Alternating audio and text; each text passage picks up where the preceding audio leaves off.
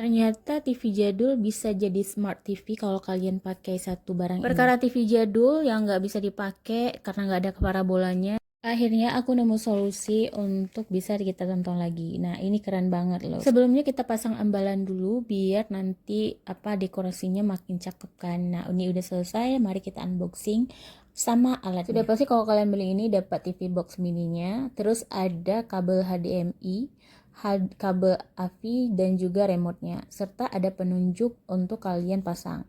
Nah, ini elemen yang kalian dapat. Nah, untuk langsung aja kita mau pasangin cukup simple ya.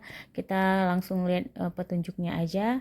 Dan tara, langsung kita sambungkan ke TV dan ke wifi-nya juga. Nah, kamu akan dapatin 100 lebih saluran TV digital yang dapat kamu tonton secara gratis, termasuk saluran TV luar biasa dan luar negeri juga. Nah, ada Netflix, YouTube, ada sampai ada ke TikToknya juga loh. Nah, ini aku coba buka siarannya terlalu banyak sampai aku nggak tahu mau nonton yang mana. Kalau kamu tertarik juga, yuk samaan.